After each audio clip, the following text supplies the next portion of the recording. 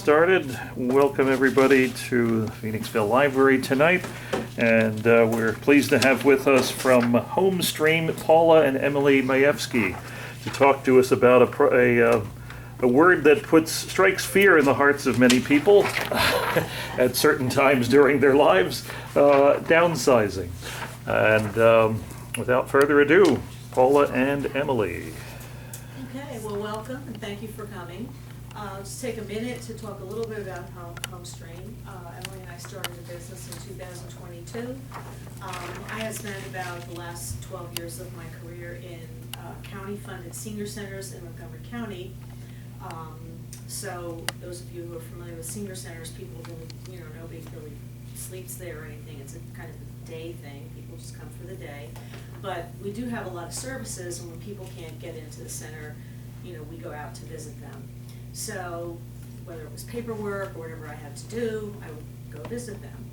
And it became abundantly clear to me when I would make these visits that, there were a lot of seniors who, it was really a hazard actually getting into some of their homes. The other thing that happened a lot was, and this would be almost weekly, we would get a call from an adult child. And here's how the scenario would go.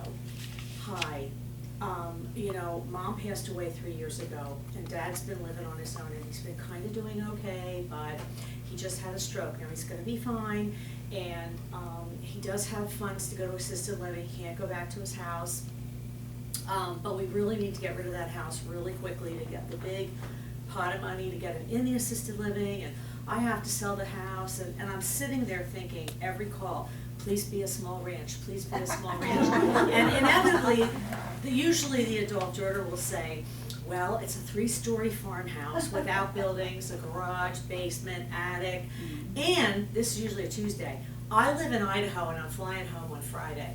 And I'd be like, because in my head I'm thinking about like realtors, the centers were all members of the chamber, and we kind of got to know some reputable realtors that we could kind of suggest to kind of give people's names, and I'd be like, you just need an estate sale and clean it out and get it on the market and get your money. So many of those times were kind of sad because a lot of mementos and treasures that many of these folks might have wanted to give to grandchildren, nieces and nephews, or special people in their lives ended up in a dumpster or who knows where. So with that, and then I'm going to let Emily speak to her background as to what she brings to Homestream. So my background is in interior design, so my focus with our process is really supporting our clients in setting up their floor plans, their furniture plans, and determining with the downsizing process what is going to fit into their new space. So that's a big part of our work. It's not just about downsizing with our clients, it's making sure that we determine what items are reasonably going to go to a smaller environment, what potentially we'd be donating or discarding, and how are we going to make the transition a little bit smoother and more comfortable and ultimately feel like home for you. I do, before this gets away from me, I do want to touch on this before we start the program.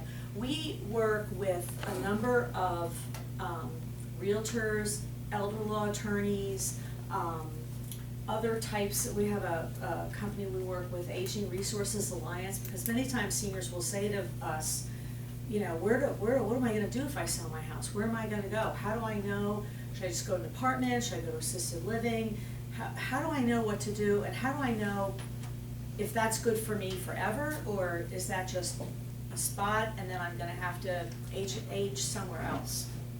So we've worked on these various programs that we've done at either senior centers or libraries. The next one we're doing is at the Mayewski Library, which is a little bit of a hike because we do cover a huge territory. We go to you, so we can cover a huge territory. So this one is in Berks County. We've done a number of these at the Pottstown Senior Center. This one's in Mayewski. But we work with, like I said, elder law attorneys, realtors. We also work with a company called Revive, which is a company, they're not really realtors. They just come in and buy your house as is, actually. They give you a number, and then you can take what you want, walk away, go to wherever you wanna go, and then they renovate it, and then they work with a team of realtors who then would go on to sell it. If they do find something valuable, they contact you, they get an auction person in, people actually that we even know that, we know are reputable, and you get 70% of that item. So that if you left something behind that you didn't realize was valuable, you still get money for that. So we've been trying to do these for a couple of years too. So just a thought, we haven't done any of these in Chester County yet, but we cover a huge area. We cover all of Berks, all of Chester, most of Delaware, a little bit into Philadelphia, all of Montgomery, and the Lehigh Valley, a little bit of Philly. Because we come to you, we can, we need to have a big territory. Okay, all right, so without any further ado, first slide. Okay, so this is our Homestream seniors, and this is about downsizing and talking about all of our stuff and what are we gonna do with all of our stuff and all of our treasures and all of the things in our life. So, next slide. The good news is, studies are showing that seniors these days, as even compared to even 10 or 12 years ago, are much better prepared paperwork-wise. Do you have a will? Do you have a living will? Do you have advanced directives? Do you have your medical POA? A lot of people say yes to that now, whereas 10, 12 years ago, not as many people were really aware of all that paperwork. So people have made great strides in that, and that's really a good thing, because we need to have all that documentation in place, in a safe place, so you or your relatives, your kids, or whoever can access that. But the bad news is, your stuff is not in order.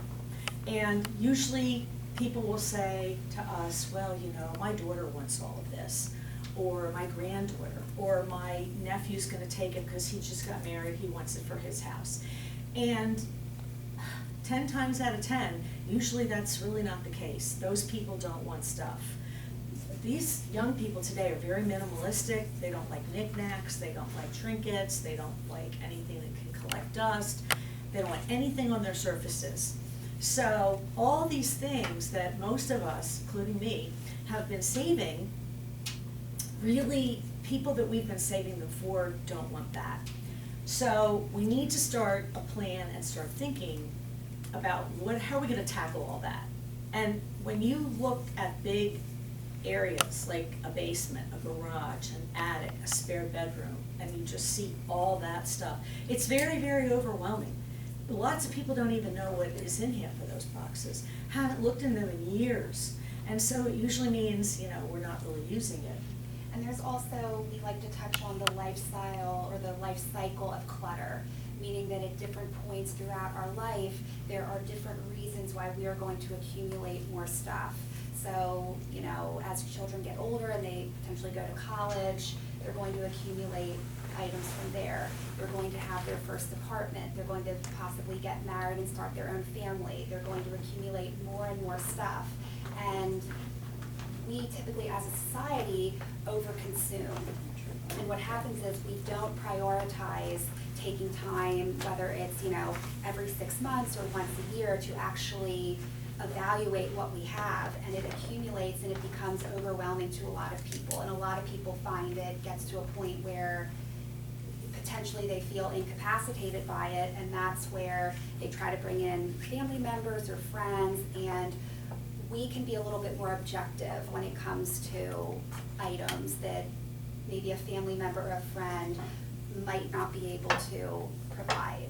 So that's something else we like to touch on and talk about. Right, because we're not the daughter, we're not related to anybody. So if we talk about, if we set up the free, keep, donate, or trash, and we're looking at an item and nobody's touched it in 10 years, an adult might want to argue with the daughter if the daughter says, you should just get rid of that. You have never used that in 10 years. And so if we're looking at that and having that kind of conversation, since we're not related to that person, it can be more of a peaceful, logical conversation where... And we can also come in and come up with ways where maybe we can somehow keep the item, maybe not the physical item, or maybe we can somehow keep a piece of it or a photograph, or come up with creative ways that we feel like we're keeping something, but we're still getting rid of items to ultimately relieve the overwhelm of the items that have gotten out of hand potentially. The other thing too is many times our stuff, because it's so tangible, it brings a lot of comfort to us. Stuff, you know, unlike other things, you know, we always have our stuff, and people don't like, you know, to part with that. You know, it's a very emotional process to get rid of stuff.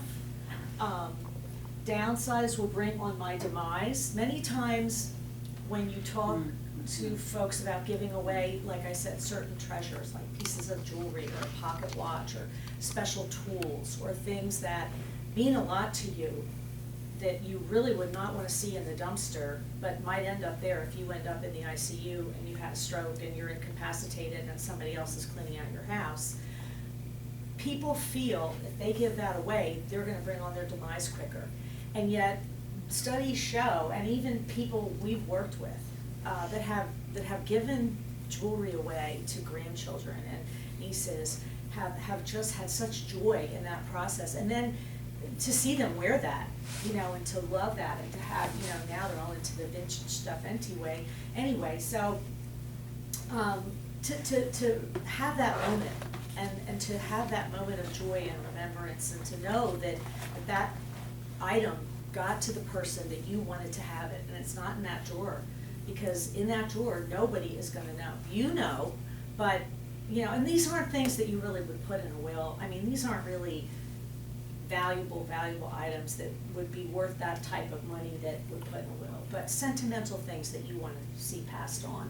And that ties into our discussion that we like to have with clients about being, you know, proactive instead of reactive. So when individuals are proactive, they can make decisions, they have a say in the process, they're able-bodied and mind, and can really essentially control that whole process. If something happens that's unexpected, nobody can say for sure how much control you will ultimately have potentially.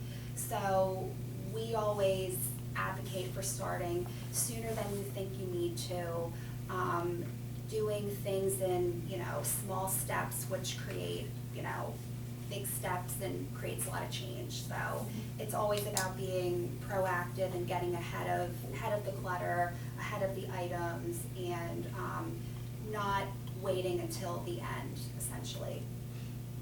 I think a good rule of thumb is if you survey your stuff and you think to yourself, I could do this in 3 months, I would double that. Because it really is, you know, people really do take a lot more time. When you start to go through a box or whatever, a bag, and you start to handle something, if you're not really watching your time, you know, people get wrapped up in it too. They know, and then they sit down and they're looking at it, or if it's a photo or a book, or, you know, hours go by and you're still on that first box. So that's what we usually say to people. You know, they'll say, oh, we have that room, about 3 months on that. And then we'll say, well, we usually, you know, you can double that, because it might be 6 months till you really work your way through all that stuff. And that, like I said, that's where we can kind of come in and help. Okay, so it's never easy to begin, and just do it and starting small. So we tell people, when we say start small, just to go home, even, you know, not tonight, it's too late to go home and rest, but tomorrow. Even a drawer, you know, just even a drawer in your kitchen, a drawer in a bathroom, maybe a drawer in your bedroom that's messy, or wherever you have a drawer that has been calling your name. Just doing one small area really can spark joy and create some momentum for you to do a bigger area, a bigger space, maybe that whole chest of drawers, or that whole, you know, bank of cabinets, or whatever. And then you kind of, you know, you get on a little bit of a roll, and you can really make some progress. Now again, you have to, you know, be I don't wanna say ruthless with yourself, but you really do have to look at these items and say, have I used this, and, you know. And the other thing too is people are very hesitant to donate. If you have really, maybe you have 3 really great ladles, oh, well, they're in great shape, and, you know, you really don't need 3. So donating 2 to, a cause, you know, donating creates space in your life to help other people. So you can donate those knowing that those 2 ladles can help someone who doesn't have any kitchen utensils. So that is another good way to look at parting with things that you sometimes feel like, well, this is, you know, I hardly used it, but, you know, you can give it away. There's just a picture of a typical junk drawer there. So starting small gives you the momentum to tackle another task and another task and another task until you are ready to really work on something large. This process allows you to be proactive, and we really like to see people empowered and proactive. Now, we've worked with some seniors who are still, you know, mentally they're very sharp, but physically they're so challenged they can hardly move. You know, their whole body is riddled with arthritis, they might have Parkinson's disease, they can hardly move. And so they know what they want to do with this stuff, but they can't hardly handle anything. So we're there trying to get stuff, you know, organized and ready for them. We're not movers, so we can pack a box, tape a box, label a box, but we don't move boxes. Although we do help people, some people pick their own movers, and some people like us to give them a list and they can interview people. But it's still, even though they have a part of that process, you really get the feeling like they wish, boy, 5 years ago I could have done more of this. And there is some sadness to that, you know, that they just want to dive in and they don't have the physicality of their body left anymore, you know, especially when their mind is sharp and they just can hardly move. So they know what they want, at least they're tackling it, but, you know, we're there kind of doing it. But they at least have made that first step.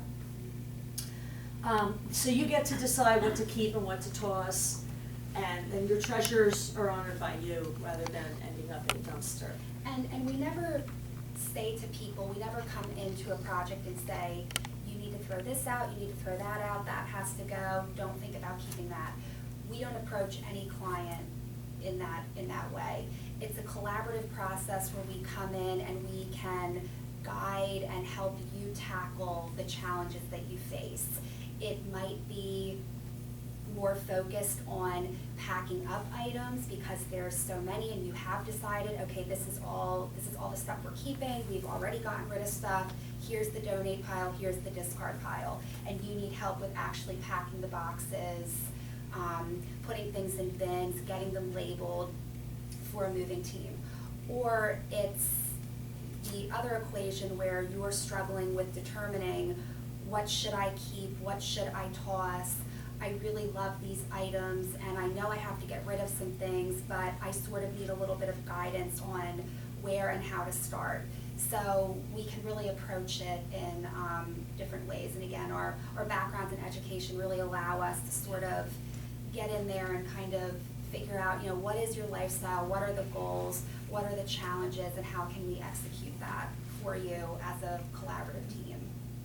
Well, one couple, for example, had 5 sofas because they had a living room, or I guess it was two sofas and 3 love seats, and chairs and lower sofas, level, yeah. and you know they were going to a 1-bedroom apartment, and they also had 2,000 books with tons of bookshelves.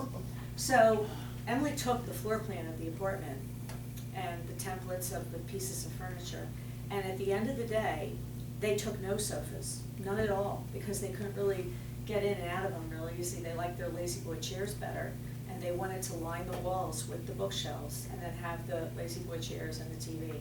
And had we not been able to show them that on the floor plan and the templates, you know, it's a scale model, so it's either gonna fit or it's not, and you can't fit sofas where they're not gonna fit. And we kept showing them that, and a couple, well, more times than not with our seniors, the moving day, the check they're writing to the junk guy is more money than the check they're writing to the mover. They really try to do a good job at, if they've waited too long, you know, because a lot's going out to the junk hauler. We have names of those people too that we, you know, we can pick who you want. But, yes, it is an expensive process, and so and it's more expensive if you wait and do it all at the end. Because if you start to do this slowly, like Piecemeal, a year out or so, stages. and you work on it a little bit at a time, you have a little more control. And you can take care of some of those donations, and while you're still able-bodied, and they wouldn't have had 2,000 books, they could have maybe gotten rid of the first 1,000 on their own. But, you know, some of these places, for example, like Liberty Ministries, they do come in and evaluate. They don't want stuff that doesn't look good. So if they're not gonna take it and they can't give it away, it ended up on that junk truck. So, you know, you really need to go through stuff. What do you do with stuff like books, though? I mean, we have a lot of books, and like, you don't want to throw them away, but Right. nobody wants them. Right. Well, Goodwill takes books. There's used book places that take them Used too. bookstores. And the senior center will take I think they're, you know, as long as they're hardcover, they'll take them. I mean, I've asked a couple used book places, and I know they don't want them, you know, so. Well, there are used bookstores that will take them. Valley First Chapel will take some, if you know, you could take them there and donate them, that's not too far from here. Libraries I will was as gonna say the well, library. but we do have a policy, so you can talk to me about that. Okay. So if you become unexpectedly sick or disabled, you may not have the opportunity to downsize, and your family may not know your wishes. And so that's why you want to start your downsizing journey, even when you don't think you should be starting. You can just little by little, like, work on it. Maybe, you know, if you're not even fully retired, but you're part-time, and you have a little time every week to do a little bit to kind of get you on that path of thinking about, you know, nobody says you're gonna sell your house tomorrow or leave your house tomorrow, but start to get your stuff in order, because like I said, most people have their paperwork. They've done a really good job with that. But it's the stuff that is really creating problems for people then, when they need to make a move. And if we, you know, the one message that we would want to leave you with today is to start sooner than later. Start today. Don't put it off. Anything that you can do today while you're well and able-bodied is important. Do it when you have control, when you are proactive, when you can make those decisions. You want to be in charge, just like anything else in your life. You want to make sure that your stuff goes to where you want it to go. You want it to, the stuff you still want to be with you. No matter how small you downsize to, whether it's a little small assisted living, there's joy in picking out the things that are most meaningful to you and getting in there and making your bed with bedding you love, your little mementos that mean a lot to you to make it look like that's your home now. And you're gonna settle into that. You may not want to. These transitions are difficult, but by having a plan and thinking it through, it makes it less painful.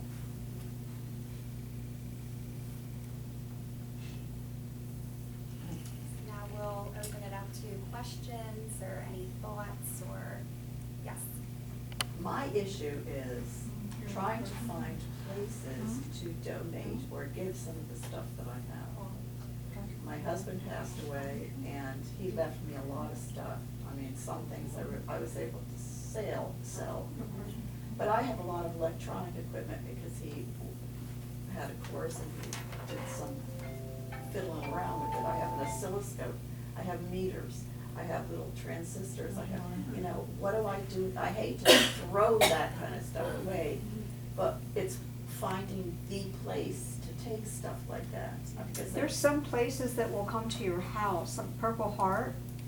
I don't know if Salvation Army, but there are some businesses or ministries that will come, and if you put it out on a porch, they will come and get it, so you don't have to even take it somewhere. I mean, you have to label it in a box, but they will haul it for you. For free. Yeah.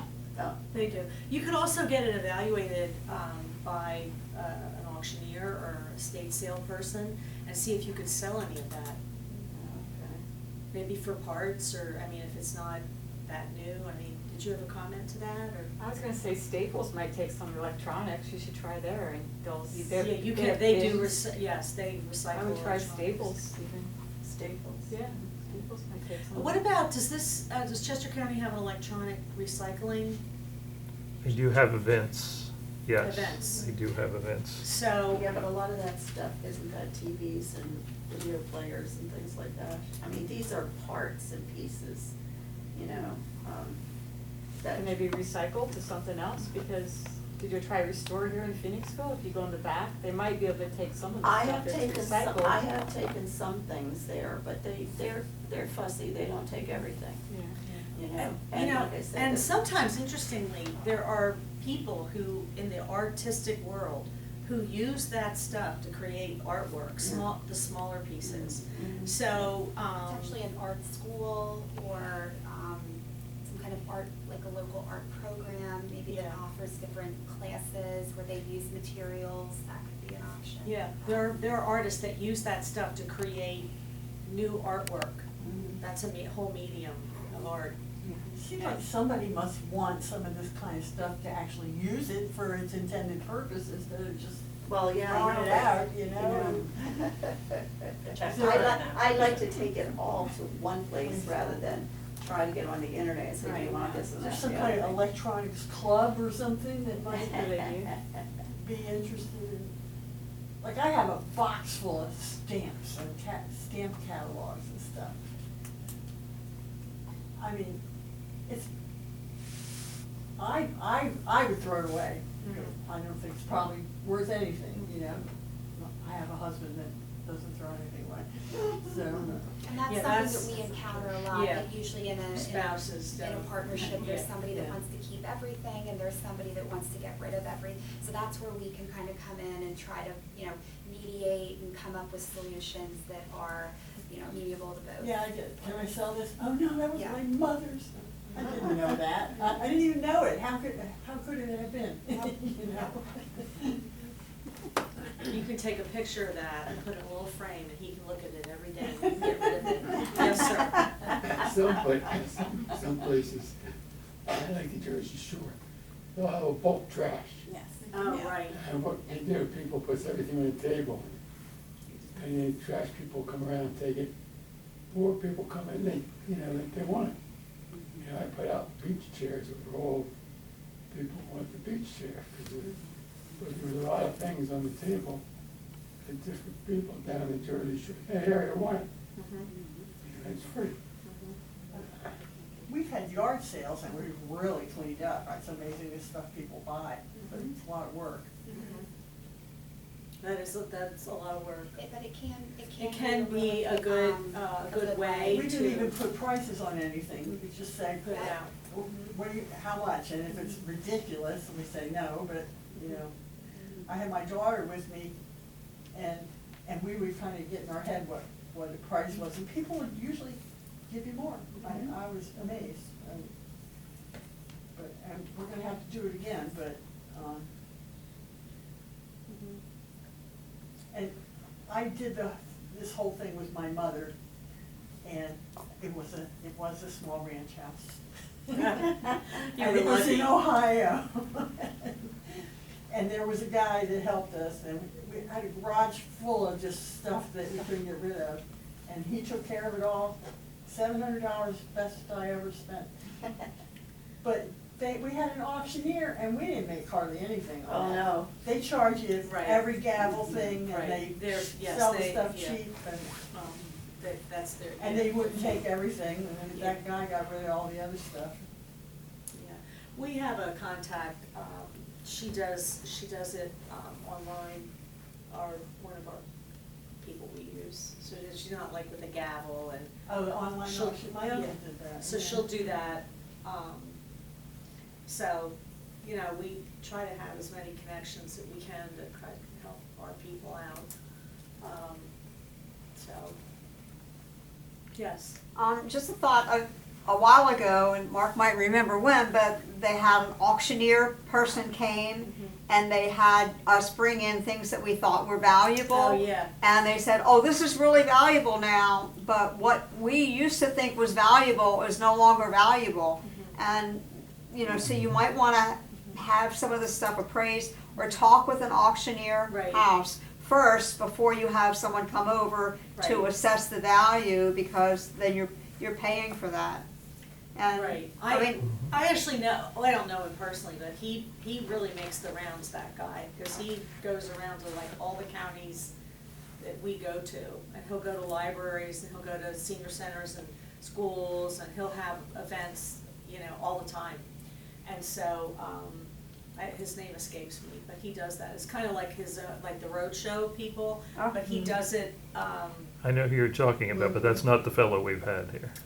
I think Leon he's- Kastner is the fellow that we've had here. Oh, is he the guy from Doylestown or no? No. I don't think so, okay. no, but there is a guy from Doylestown. There is so- a guy from Doylestown who really is like out there on the circuit, and he has a whole, you know, 'cause we get his emails, so he starts soon, like in the fall, later fall, and then he'll do that all, and then, books himself all through Southeast PA. Do you know somebody that would evaluate like artwork? 'Cause I have some that, you know, it's not just, We could probably find somebody if, you know, you give us I your mean, I have a information. really old oil painting and it's, I've known artists. So we could look into that, look that up. If you wanna leave your information, we can research somebody. Okay. So. Okay, does anybody have any other questions? Oh, I have a question. You say you partner with like elder law attorneys. Do you guys partner with any CPAs to do like the final tax return? well,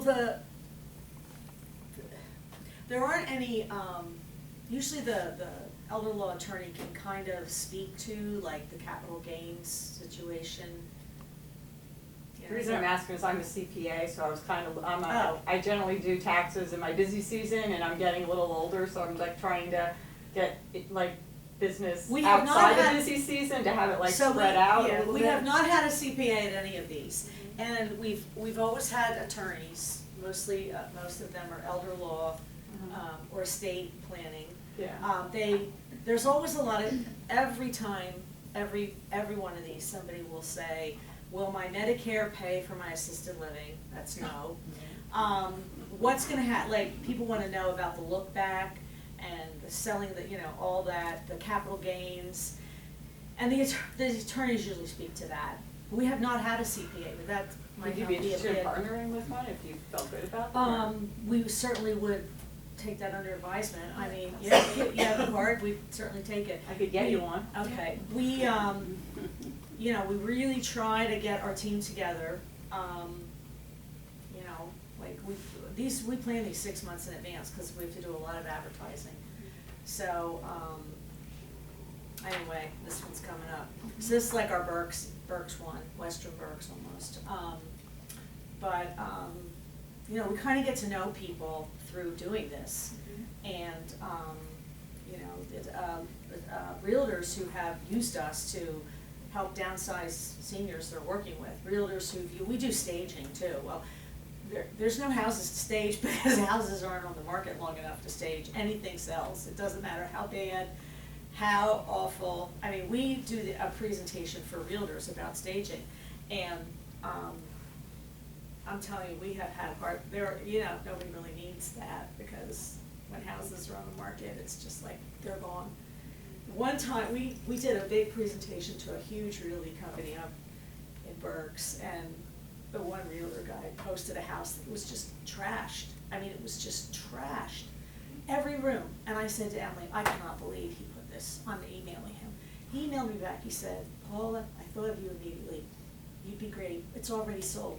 Because he said, nobody cared how dirty it was. He said, I hardly had the sign out, and he said, it's sold, and it was just every room.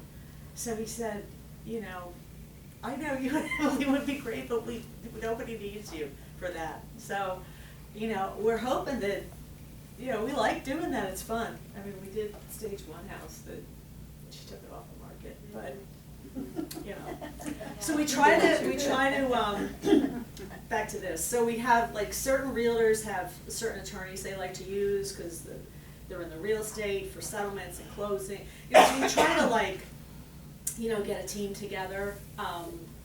The one we did at Pottstown Senior Center, we always, at that one, we had a contractor for aging in place. So you wanna renovate your house, you wanna age there. You don't wanna go to any assisted living, or you just wanna have a ramp and you wanna have everything on the first floor. So that realtor likes to have contractors at that. This one, we're not really going that direction. We're doing the Revive Home Solutions, we have realtors, and we're not really bringing in contractors. Everyone, like, has a little bit of a different, you know, flavor. Yeah, but we're always looking to connect with professionals and partner in ways that we can kind of support each other and businesses. Because that's always an issue, you know, they sell the house, they get this big pot of money, and then, you know, what happens now, Now, so. if you sell to somebody like this Revive, are they gonna give you, they're gonna give you less, right, than? Well, they evaluate the house. They have a team. They have a team of contractors who come in. Mm-hmm. So they'll come in and they'll look for, you know, mold, septic if you have one, a well if you have one, the integrity of the foundation. They look at all that, you know, how well was it upkept? And then, you know, they'll give you a number. And you can take it or leave it. There's no, you don't have to deal with them. I mean, you can say no and then bring in a realtor, but the thought with that is the realtor's gonna say, okay, now you have to put. do this and that. Yeah, you have to put in, you know, and if you're older and you wanna walk, you know, it's really a good solution for, a lot of Yeah, people. my husband was very surprised that there are people like that. Of course there are, you know. What, they wanna, That would just buy your house, oh, kind of.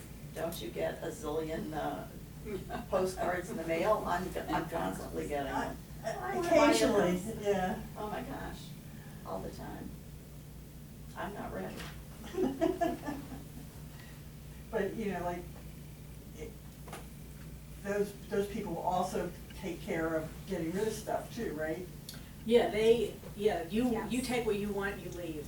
Yeah. Most people take their clothes, Furniture mementos, they want, yeah. right, and, you know, small furniture, your bed, I mean, depends where you're going. Yeah. Or how much furniture you wanna take, and then you just can leave it there, leave the stuff. So yeah, it involves like dumpsters and, Auctioneers. well, mostly trash. I don't think they really bring in a lot of auctioneers, unless, like I said, they do bring in somebody, and we specifically ask them, you know, what do you do if you find something valuable as you're going through? You know, cause that really doesn't belong to them, I mean, it's the person who sold the house. So they, Except they bought the house. well, but we wanted to know about that, like, you know. What'd they say? They said they actually bring in, an auctioneer, actually it's the person that does the online, and, you know, then they'll get it sold that way, and they give the person who sold the house 70%. I don't know if all companies like them do operate that way. You know, there are other companies like Revive, I don't know what their policy is. So we really try to only, you know, associate with companies that, you know, are like-minded. We don't do a whole lot with franchises, we're not a franchise. The one gal with the online auction is a franchise, but, you know, it's just us. So we can do what we want, we can run the business how we want, we get a 20% veterans discount. Nobody tells us what to do, we make our own policies. If you're a spouse of a veteran, you still get the discount. So we can make our own schedule, our own plan, our own time, and, you know, tailor all of that we to decide, our yes. clients. Yeah, and nobody can say, well, you can only spend 3 days with that family. You know, if we feel we need to be with that family for 2 weeks, then we're there for 2 weeks. So.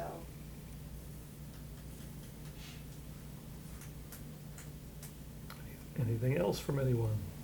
Anything else? How do you get paid? Well, we do a consultation, and we look at what your needs are. And we do charge for that, because it's our time, and we have to get to your place and everything else. And then we'll give you a proposal of how long we think it would take, and. And everything is project-based, so that's why we do our consultation, to evaluate your space, your needs, your goals, and give you a proposal, and we'll come up with a number based on the project. And, you know, we'll go back and forth with some clients, and we try to, you know, work within their budget, what they're comfortable with. Again, we can be as involved in as much or as little as you would like. Sometimes it's really just to, you know, like a consultation to motivate somebody, and they kind of take the reins after that and, you know, get going. Or sometimes it's gonna be a longer, more drawn-out situation where we have multiple rooms and items and situations that are going on within one project, one client, and it's more drawn out, and again, as hands-on or hands-off as you would like. So everything's tailored to the client and the project. We always tell everybody, please don't buy tons of organizing bins and greet us Yeah. with that, because first of all, you may not need any of them, really. But people love to buy that because they think they're gonna get it in shape. But, you know, like I said, you might not need any of them, or maybe just one. And really decluttering is the most Yeah. important. Yeah. And to really determine what you have and what needs Yeah. to be organized Yeah. before you start, you know, Buying your bin. over-consuming, organizing products, and you come to realize that they're not really that helpful in the long run. So less is more, and, you know, we help with, if there is a point where products and bins and organizers are appropriate, like, we'll kind of help you guide some of that and steer you in the right direction so that you are not over-consuming in that area too.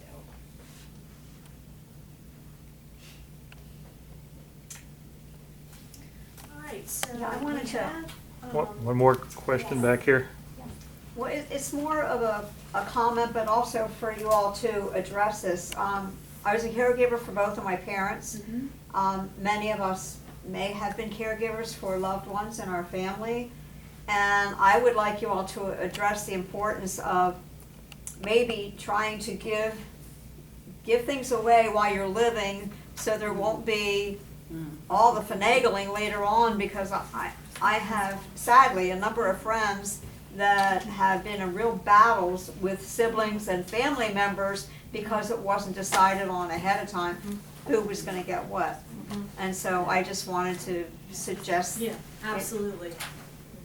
Suggest So, that. so that gets back to you taking charge of giving out those special items, your treasures, while you're still able to participate in that process, so that down the road, you know, if you're no longer with us or whatever, it eliminates that. You know, Right. those things are taken care of, and nobody has to fight over an item or something. You know, it preserves some of that family integrity, because that was taken care of. Right. I just wanted to put it out there for those Yeah, that may still there's have. there's other- certainly another reason why, there you go. I mean, not just so you have control over it, but it prevents family strife. You should do that for probate purposes too, because that can be very, very expensive, time consuming. So it should be very, very clear in the will. And with a codicil for anything that's different. You know, I give everything to Joe except for my, you know, $10 bill or something. So that should be there, you know, so you get a lot of money. Yeah. And you really need someone who's a relatively good attorney, but just as good as that attorney, you need a qualified CPA. So a lot of attorneys are not that well versed in the capital gains giving on a debt. You give it to the person whether they're alive, you accept that cost basis. Right, You let them inherit it, it's a different game. right, But right, one, two little simple sentences, so many attorneys miss. right. We hear, yeah, we get that about capital gains and money about, for the assisted living and taking all my money and the look back and, you know, I mean, we hear all this. I mean, that's certainly not our wheelhouse. But we really do try to have, you know, like I said, people in our counties that we can at least send them to, have them come to a session, and straighten them out. But, you know, we actually never thought about putting a CPA in this group, but that's a good idea, because those money questions come up. And usually, like I said, the attorney will handle it, but it's not, you know, it's like this, you know, it's like except that we have tons of food and it's a little longer. But, you know, it's very, you know, they're not a client yet, and, you know, it's very casual and they're not, you know, just giving them off the cuff answers mostly. Nobody can have all the answers. Right, right, every situation's different Right, with and the. that's why you're serving right, experts. Right, right, you need. And a state attorney is much more competent than a criminal attorney. Yeah, I know, you can't get a criminal attorney to your will, I know, or your settlement, I get it. Just, you can get you out of jail, I guess. Yeah. All right, so, you wanna do the clutter, oh, you Yeah, handed that out. So this is like, I mean, we call it a quiz, but it's really more of a worksheet that has you sort of thinking about your stuff and just sort of thinking about it a little bit differently, and you can feel free to, you know, fill that out. You can certainly collect them, or it's something that you can hold on to, whatever you're kind of comfortable with, but it just gets you sort of thinking about your stuff and in a bit of a broader sense. But we're also gonna pass around I'm gonna- some paper for everybody to fill out their name and contact information, and we have a raffle prize with a gift card for our services. Free consultation. Okay.